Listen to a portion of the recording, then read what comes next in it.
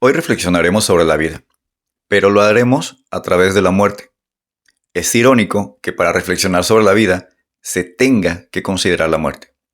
Y es que la muerte le da significado a la vida, el significado de que es limitada, de que no es para siempre, de que la vida es un momentito, y darnos cuenta de eso a veces nos da un poco de miedo. Este capítulo se llama El miedo a vivir. Comenzamos. Hola a todos en todas partes y en todo momento. Soy Carlos Duarte, te doy la bienvenida a Reflexionar y esto es Enamórate de ti. Me amo, me es más fácil hacer lo que me gusta, y no me amo, es más fácil que me traicione a mí mismo. Siempre voy a estar diciendo eso, enamórate de ti. Y si me amo todo el tiempo, bajo cualquier circunstancia, pues imagínense, seré feliz yo. Amarte hace una gran diferencia. Y es que reflexionando sobre esto, es como si me hiciera conciencia, como si me diera cuenta de que más que tenerle miedo a la muerte, creo que le tenemos más miedo a la vida. Suena raro, pero bueno, trataré de explicar esto. Cuando enfrentamos a la muerte, ya sea que vivamos un accidente, una enfermedad peligrosa o incluso cuando alguien cercano a nosotros muere, reflexionamos sobre la vida. Nos cuestionamos el sentido que tiene la vida. Hablando particularmente, nos cuestionamos qué sentido tiene mi vida. Esto no es sencillo. Bueno, esto es sencillo, mas no es fácil. Es decir, son pocos elementos, pero realmente hacer conciencia de esto es bastante difícil. Porque aquí, a la hora de contestarnos sobre qué sentido tiene nuestra vida, no puede ser algo tan genérico como la vida es bella, la vida es para disfrutarse, hay que enfocarse en lo positivo, o yo estoy aquí para ser feliz. Sí estamos todos aquí para llegar a ser feliz, pero el sentido propio de mi vida no es fácil contestarse cuando estamos haciendo mucha conciencia. El verdadero miedo no es a morir, el verdadero miedo es a vivir. Reflexioné sobre esto hace algunos años cuando una persona se comunica conmigo pidiéndome una plática. Y trataré de hacer un poquito el diálogo, cómo fue con ella. Creo que estoy mal. Me acuerdo que inicia ella con esto. Soy Carlos Duarte, ¿qué te puedo servir?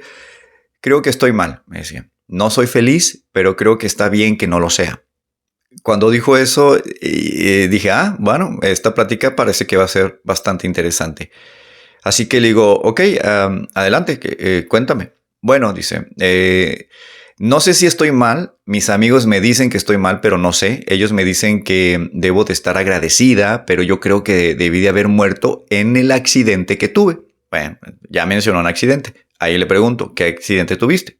Estaba en la carretera y pasó un tráiler cerca de mí, cerca del carro. Me asusté, perdí el control y terminé, saliendo de la carretera, daños materiales en la carretera y el carro, pues pérdida. ¿Alguien murió? Pregunto. Esta parte es importante porque si alguien murió, la situación es más complicada por el sentimiento de culpa.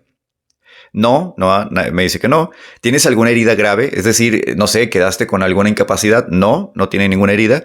O alguna deuda que se ve como impagable, como he arruinado 15 años de mi vida porque voy a pagar esta deuda.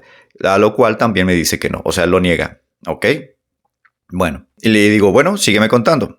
Ahora me la paso llorando, nada me importa, ya no quiero hacer nada, creo que debí de haber muerto ahí, ¿no? Insiste esta persona en eso. Continúa, le pido, y me dice, mis amigos me dicen que debería de estar agradecida por estar viva y que debería de estar festejando.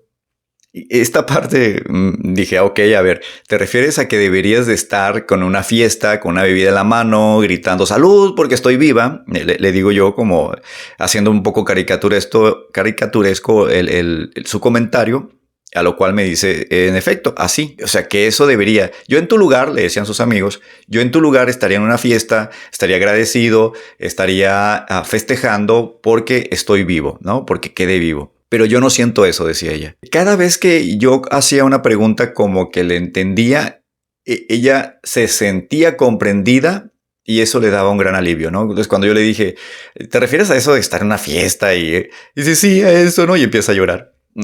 Como diciendo, vaya, alguien está comprendiendo lo absurdo de lo que me están pidiendo. Hay que tener cuidado ahí, haciendo un paréntesis, un poquito de cuidado cuando nosotros tratamos de hacer bien a alguien, de darle un buen consejo, de hacerle ver algo, porque nosotros cometemos el error de hacer sentir culpable a la persona.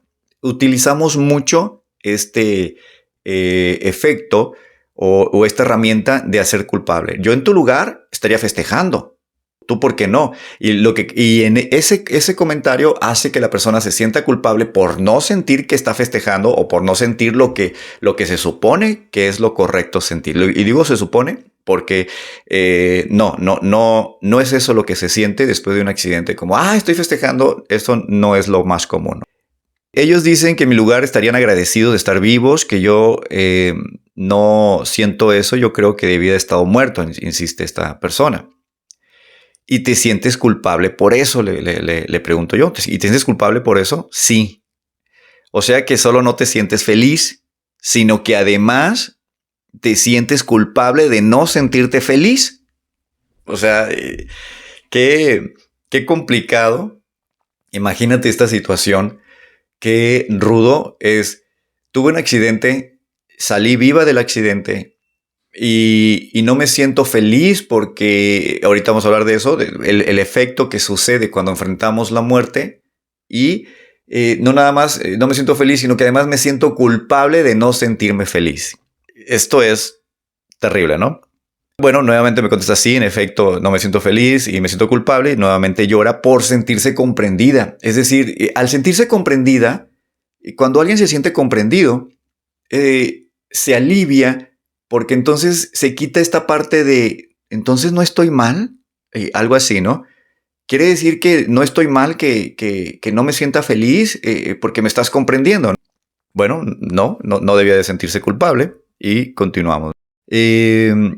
Sí, yo antes era una persona, comenta ella, yo antes era una persona alegre. Si algo me gustaba, me lo compraba, no me importaba gastar, no me fijaba en eso, salía con alguien si quería, y si no me apetecía, pues dejaba de salir con esa persona, ¿no? Si me caía mal, pues dejaba de hablarle. Y termina diciendo, pero nada de eso me importa, creo que debí de haber muerto ahí. Continúa. Esa fue su insistencia. Creo que debí de haber muerto en ese accidente, me comentaba. Ya no les voy a contar más sobre lo que hablé con esta persona.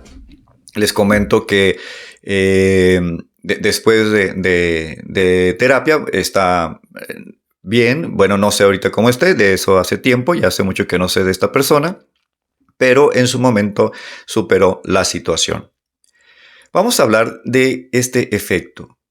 ¿Qué pasó ahí? ¿Por qué esta persona tenía este conflicto? ¿Por qué después de un accidente pasó de una vida con relativamente superficialidad, con poco profundidad, con poco análisis de su persona, que no se cuestionaba si debería o no comprarlo, y de repente tiene el accidente y ahora resulta que hasta piensa que debió de haber muerto ahí? ¿Qué pasa? ¿Por qué cuando enfrentamos la muerte nos pasa este tipo de cosas? La muerte nos hace tener conciencia de que la vida es limitada, que se acaba más rápido de lo que creemos. La vida se acaba y nada de lo que hacemos aquí en la vida trasciende la muerte. Entonces viene lo siguiente. Disfruté la vida, fui feliz, estoy satisfecho, aprendí, valió la pena, repetiría mi vida. Y hay una pregunta que no escucho, pero creo que al hacerla sería para hacer conciencia. ¿Repetiríamos la vida? La muerte nos hace cuestionarnos sobre el sentido de la vida. ¿Qué sentido tiene la vida? En realidad, lo hacemos más personal. ¿Qué sentido tiene mi vida? ¿Qué sentido tiene mi vida para mí? Por eso esta persona estaba teniendo esta sensación de vacío, porque se estaba cuestionando su propio sentido de la vida. Y eso casi no lo hacemos.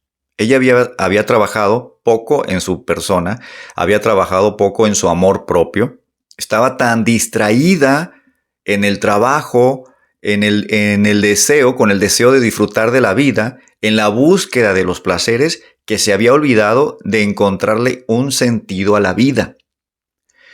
Los placeres, el trabajo, no son malos, la sociedad no es algo que debemos de ignorar, pero eso no le da sentido a nuestra vida. El sentido de la vida no está en algo externo y eso es lo complicado, que nosotros cuando enfrentamos la vida en la juventud, iniciamos con reglas sociales. Es decir, en la vida hay que trabajar, hay que conseguir dinero, hay que tener éxito, hay que tener una buena carrera, una buena familia, unos buenos ingresos, vacaciones, disfrutar de la vida. Con esas reglas se inicia en la juventud, pero esas son como genéricas, esos son como para todos. Es decir, eso es algo que no es personal. Si yo quiero continuar con una vida dentro de la sociedad, tengo que tener ingresos. Entonces tengo que trabajar. Pero no, el sentido de la vida no es trabajar, ¿no? Incluso sonaría absurdo. Imagínate que realmente el sentido de la vida fuera trabajar, que además el trabajo es un invento. El trabajo remunerado es un invento de nosotros como sociedad. El sentido de la vida no es lo mismo para todos. Es personal. Por eso debemos de buscar el sentido de la vida según desde el yo y nada más desde el yo. Incluso si compartimos nuestro propio sentido de la vida, es posible que no se parezca al de nuestro amigo. Si yo le cuento, mi sentido de la vida es él me va a decir, no, pues para mí es esto, y se puede hacer una discusión porque es probable que no se parezca. Y si buscamos el sentido de la vida en la vida misma, no lo vamos a encontrar. Nos asustará el vacío que éste presenta. Por eso es muy importante trabajar en el amor propio.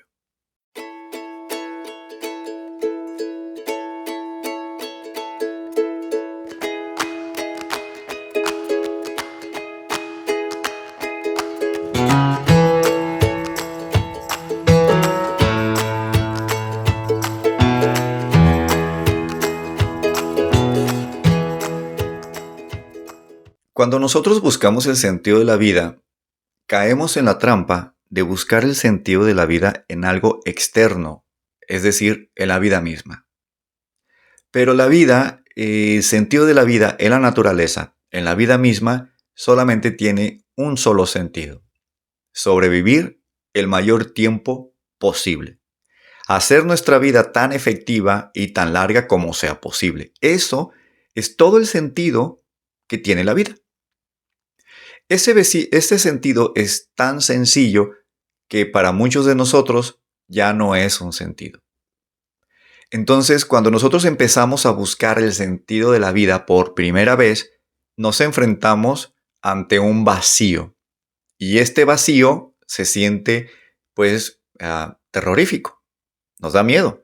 Al inicio, en esta búsqueda del sentido de la vida, es como estar flotando en el mar y sin saber qué hay abajo. Imagínate esa sensación. Esa misma sensación se presenta cuando iniciamos en nuestra búsqueda de sentido de la vida. Porque empezamos buscando el sentido de la vida de manera externa. Por eso es muy importante que desarrollemos el amor propio. Porque el amor propio hace que no busquemos el sentido de la vida afuera, sino en nosotros mismos. Es decir, cuando hay mucho amor propio, hay mucho respeto hacia mí, de mí hacia mí. El respeto de mi propia persona, ¿no? Cuando no hay amor propio, no hay respeto y empiezo a buscar el sentido de la vida de manera externa. Es decir, el sentido de la vida tiene una relación con nuestro ADN, con lo que somos, con nuestra propia programación, nuestro propio ADN. Cuando hay amor propio, ver claramente nuestro ADN es fácil. Cuando hay amor propio, no nada más vemos fácilmente la programación de nuestro ADN, es decir, cómo somos y por qué, sino que además lo aceptamos cómodamente, es decir, yo estoy programado de esta manera. Cuando no hay amor propio, número uno, no volteamos a ver nuestro ADN o nuestra esencia, que es como lo mismo, ¿no? Diferente palabra para las personas que no estamos tan familiarizados a decir nuestro ADN como nuestra esencia, lo que somos o como somos realmente desde el nacimiento o esta programación de nuestro ADN, nuestra esencia. Cuando no hay amor propio, no volteamos a ver nuestra esencia. Y no nada más no volteamos a ver nuestra esencia, sino que además la ignoramos o la rechazamos. Es decir, decimos, estoy mal. Mi ADN está mal. Muy importante desarrollar el amor propio. Ahora, ¿esto es sencillo? Es sencillo, pero no es fácil. Sencillo significa que tiene pocos elementos. Es decir, pues solo hay que hacer pocas cosas. Pero esas pocas cosas no son para nada fáciles. Si tú ahorita no tienes este sentido de la vida, yo recomiendo sigue buscando. No hay prisa. Continúa en esta búsqueda.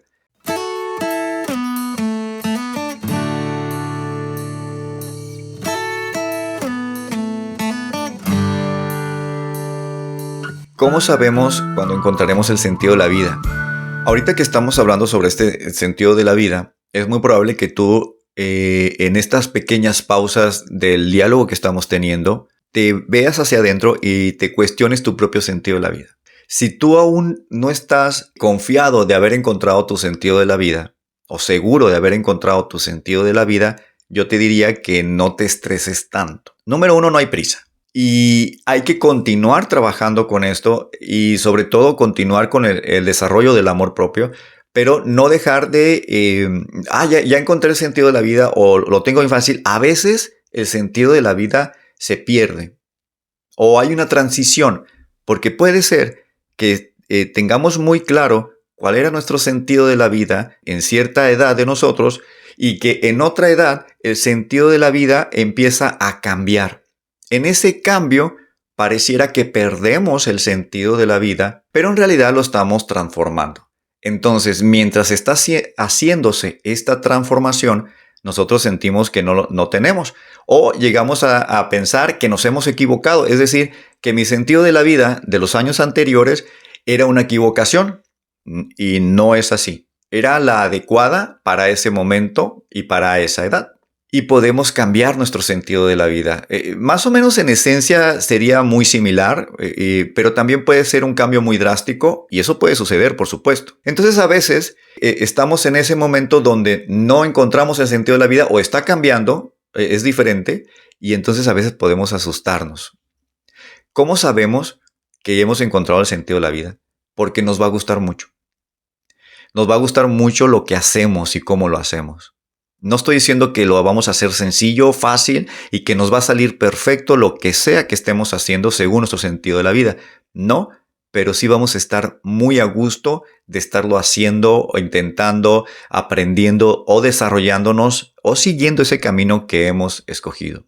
En el sentido de la vida se sentirá mucha comodidad en la vida misma, mucha paz. Aquí va un detalle importante. Las personas satisfechas con la vida no le temen a la vida. Parecía que iba a decir que las personas satisfechas con la vida no le temen a la muerte. Incluso las personas que no están satisfechas con la vida no le temen a la muerte. Le tenemos más miedo a vivir. Le tenemos más miedo a vivir y no encontrarle sentido. Las personas satisfechas con la vida pueden vivir, o las personas que encuentran este sentido de la vida personal, pueden vivir sin miedo un día, así como 100 años. No llevan prisa por morir, como tampoco llevan prisa por vivir. Muy importante, e insistiré en esto, el desarrollo del amor propio. No ese amor propio que nos vemos al espejo, que son consejos que hemos escuchado, que en su momento creo que fue un buen despertar, pero ahora ya nos quedan chicos como sociedad. Esos consejos ya nos están quedando chicos, pero en su momento fueron importantes, como este consejo de mirarte al espejo y decirte tú eres capaz, esa persona que está ahí en el espejo es valiosa, etc, etc. Sí, en su momento como sociedad eran buenos consejos, pero yo creo que ya hemos trascendido eso, hemos evolucionado de tal manera que ahora esos consejos ya son muy superficiales. Y es posible que lo que estamos ahorita desarrollando dentro de 20 años también sea algo muy superficial y eso está bien, no hay problema. El amor propio, hay una parte importante, una clave que les voy a decir sobre el amor propio. El amor propio, aceptas las cosas agradables de ti, pero también aceptas lo desagradable. Y te es fácil ver lo desagradable y ojo, las cosas que no son tan agradables, entre comillas, no es exactamente quitarlas, sino aceptarlas.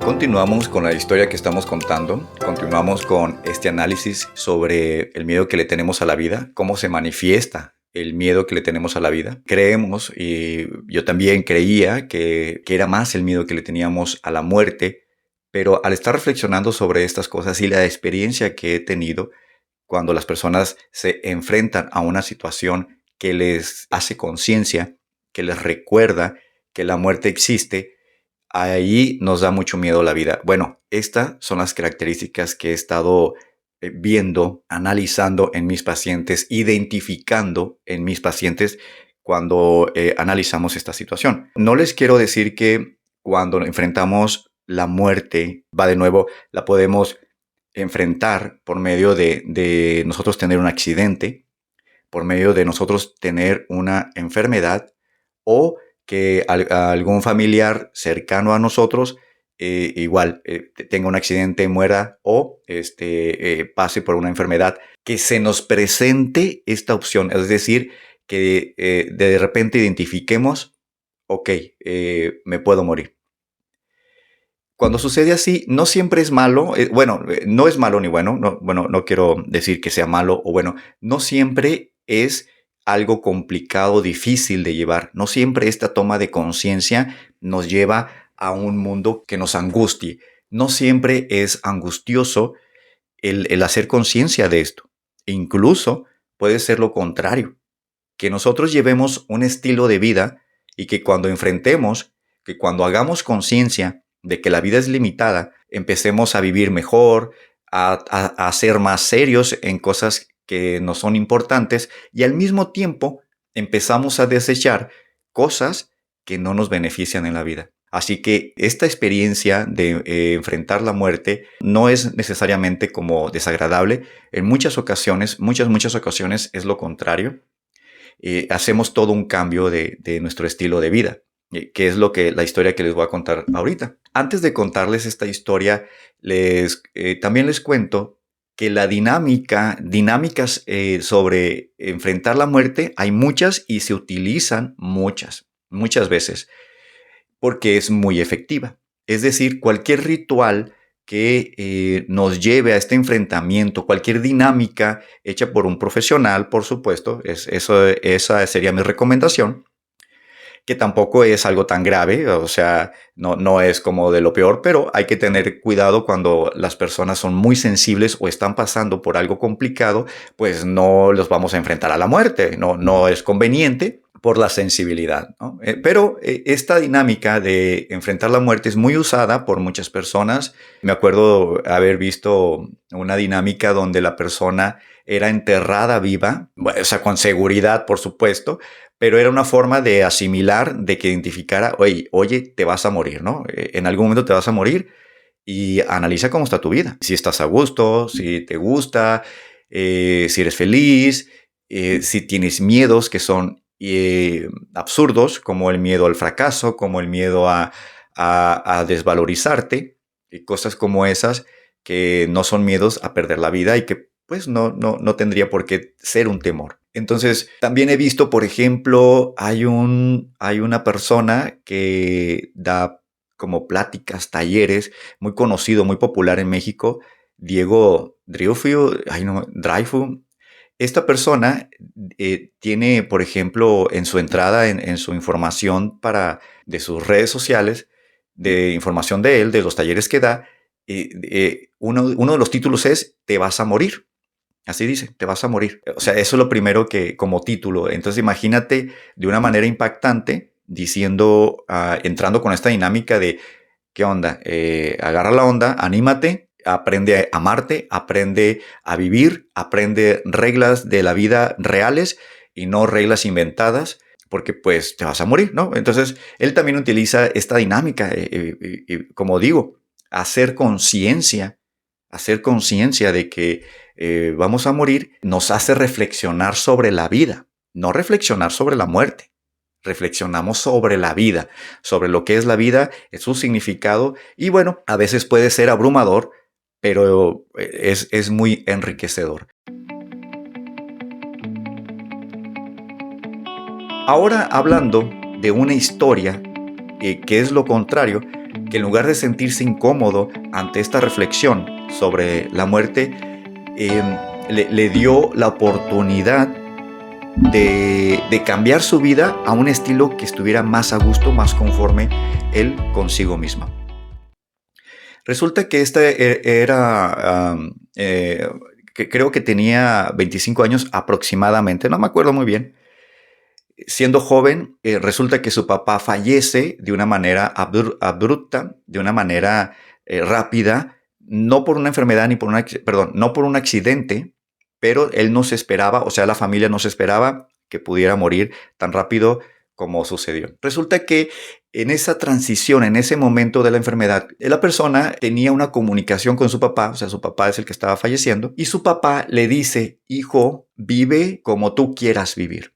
O sea, siendo una de las últimas palabras, uno de los últimos diálogos, esto es lo que le comenta el papá al hijo. No es una frase que nos haga cambiar muy rápido, no es una frase sumamente profunda, es una frase muy sencilla, que claro, hay que identificar que muy posiblemente mi paciente y su papá pues tenían una relación, y cuando el papá dijo esta frase pues tenía un significado diferente al que pudiéramos tener nosotros en esta situación, ¿no? Y sumado a que estaba en una situación de que estaba enfermo y que iba a morir, entonces el Señor le dice: si te dejo algo, si te dejo un solo consejo, será: vive como tú quieras vivir. Entonces mi paciente eso le impacta y empieza a hacer reflexión.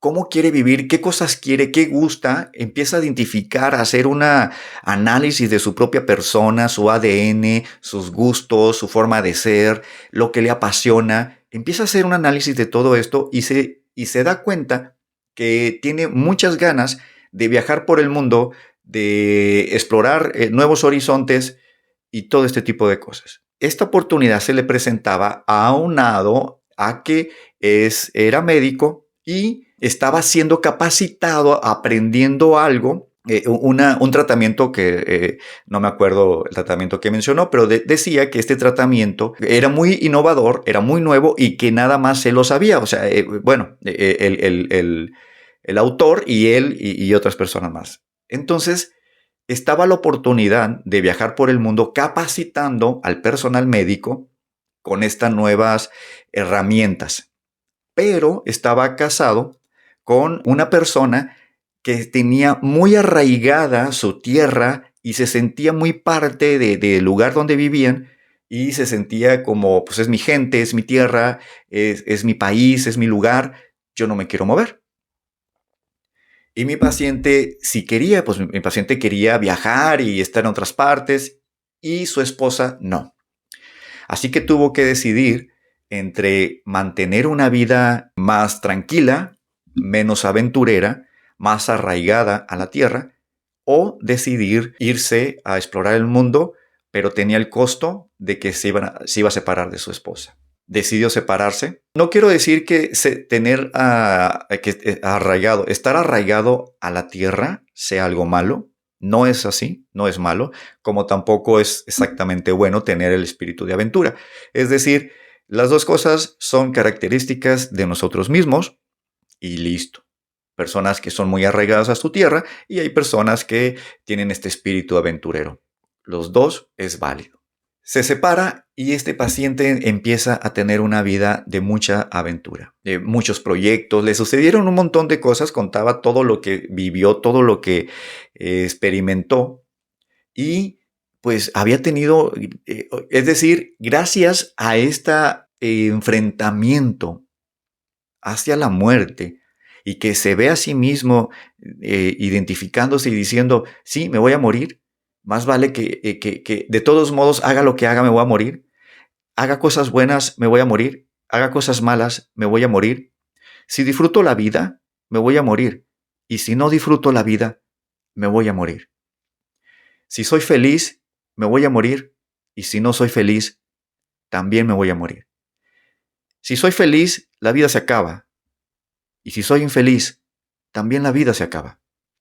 Ese es el mensaje que nos enfrentamos cuando nosotros enfrentamos la muerte.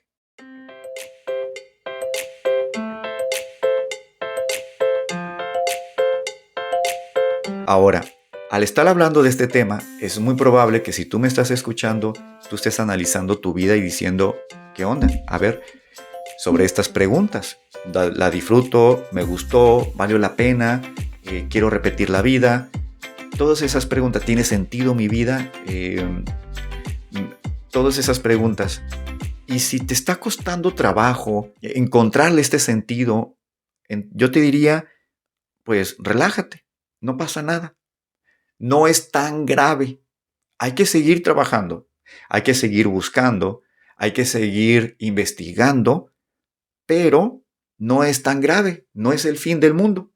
Porque a veces no tenemos el sentido de la vida, no tenemos claro cuál es el sentido de la vida. Yo he tenido momentos donde tengo tan claro lo que debo de hacer y de repente cambia y de repente ya no soy esa persona o ya no encaja con mi madurez, con mi aprendizaje, con mi edad, ya no encaja lo que yo tenía como sentido de la vida. Y esto es muy sencillo. El sentido de la vida que yo tenía a los 20 años no se parece ahora que tengo 40 años, o sea, 20 años después, bueno, más de 40 años, no se parece el sentido de la vida. Entonces, no es grave el hecho de que no se tenga un sentido de la vida. Hay que seguir investigando. El sentido de la vida va muy de la mano con nuestro ADN, porque lo que somos está escrito en nuestro ADN, es decir, nuestra esencia está ahí.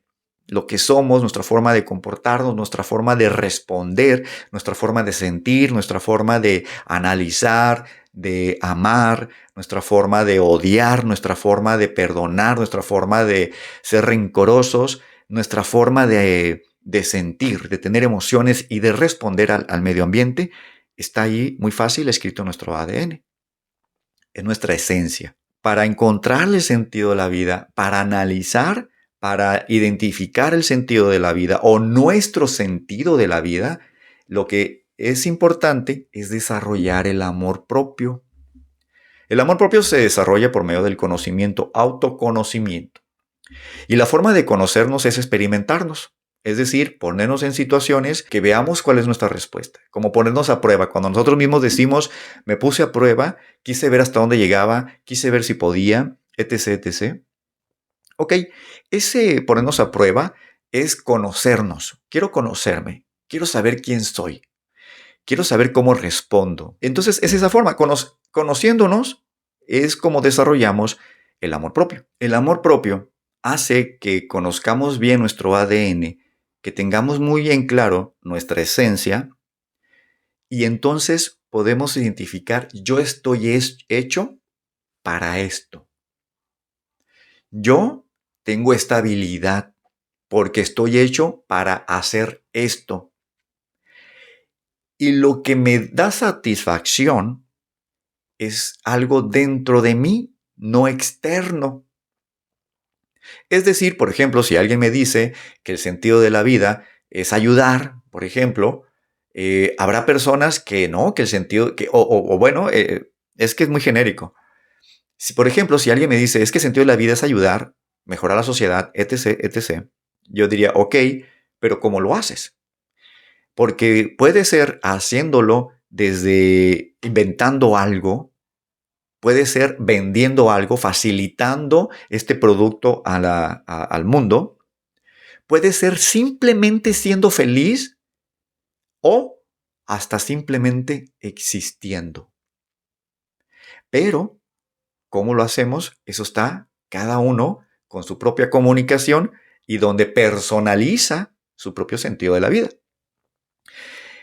Es tan personal el sentido de la vida, por ejemplo, voy a poner un ejemplo de lo personal que es como los objetos que tenemos de recuerdo en nuestra casa, objetos que nos recuerdan algo y que los guardamos solamente por lo que significan para nosotros.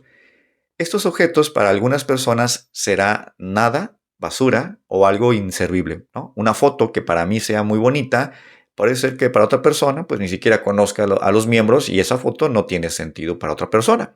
Así de personal es esto, pero es dentro de nosotros. Cuando estemos buscando el sentido de la vida, nada más les voy a poner ahí una precaución. Una forma muy fácil de sentirnos, pero que yo creo que no es verdad. Es decir, una forma en que caemos en la trampa de creer que tenemos un sentido en la vida es buscando enemigos, teniendo un enemigo que vencer. Cuando nosotros buscamos un enemigo y que decimos, yo estoy para ganarle a este enemigo, para lograr combatir y vencer a este enemigo, los enemigos nos dan sensación, ¿sí?, de tener un sentido, de tener un porqué, pero es trampa, porque no tenemos que vencer a nadie y no tenemos por qué pelearnos con nadie y no tenemos por qué vencer a nadie. Jamás va a estar escrito en nuestro ADN encontrar un enemigo y vencerlo, destruirlo. Así no funciona. Porque no es externo, es interno y dentro de nosotros no hay ningún enemigo que vencer. ¿Qué aprender de nosotros mismos? Sí, pero enemigo no lo hay. Entonces, mucho cuidado porque es muy fácil caer en la trampa de agarrar un enemigo y decir, ya tengo un propósito en la vida. Pues es que agarraste un enemigo y nos da esta sensación, pero eso es trampa. Es decir, no tenemos que vencer a nadie. Por supuesto, y es que porque caemos también en esta misma trampa de esta sensación de que tenemos que mejorar el mundo, como que estamos diseñados para mejorar el mundo, para que sea mejor. Y bueno, no es necesario, no es el ADN que nos esté diciendo, tienes que mejorar el mundo o algo por el estilo. Cuidado porque así es como buscamos enemigos. Ahora, estoy de acuerdo que seamos revolucionarios, estoy de acuerdo que innovemos, estoy de acuerdo que cambiemos, que evolucionemos, pero esto no quiere decir que estamos venciendo a un enemigo, ¿ok? Lo menciono porque en la búsqueda del sentido es muy común que se caiga en esta trampa de mi sentido es vencer un enemigo. Si tenemos un enemigo, yo pienso, cuidado. O sea, es que yo tengo un enemigo, cuidado. Hay algo ahí que hay que aprender.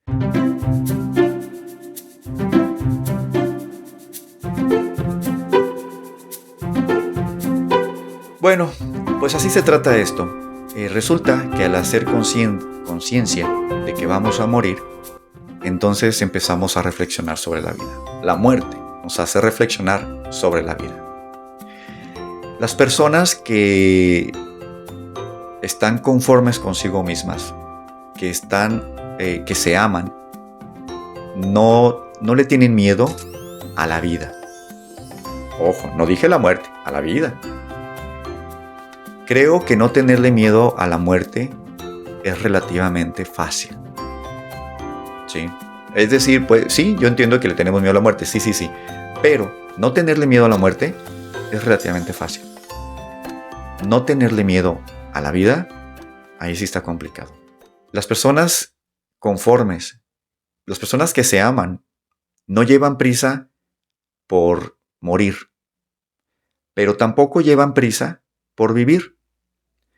Las personas que se aman tienen la paciencia como para vivir un día o vivir 100 años. Eso es algo que nos permite el amor propio. Así que, ¿qué recomiendo? Yo creo que siempre he recomendado esto. Yo siempre termino con esto y mi sensación es que es la fuente de todo. El amor propio es la fuente. Es la fuente de nuestra felicidad, pero también es la fuente de nuestra infelicidad cuando no tenemos el amor propio. Así que recomiendo que desarrollemos el amor propio, a como se considere, como se pueda.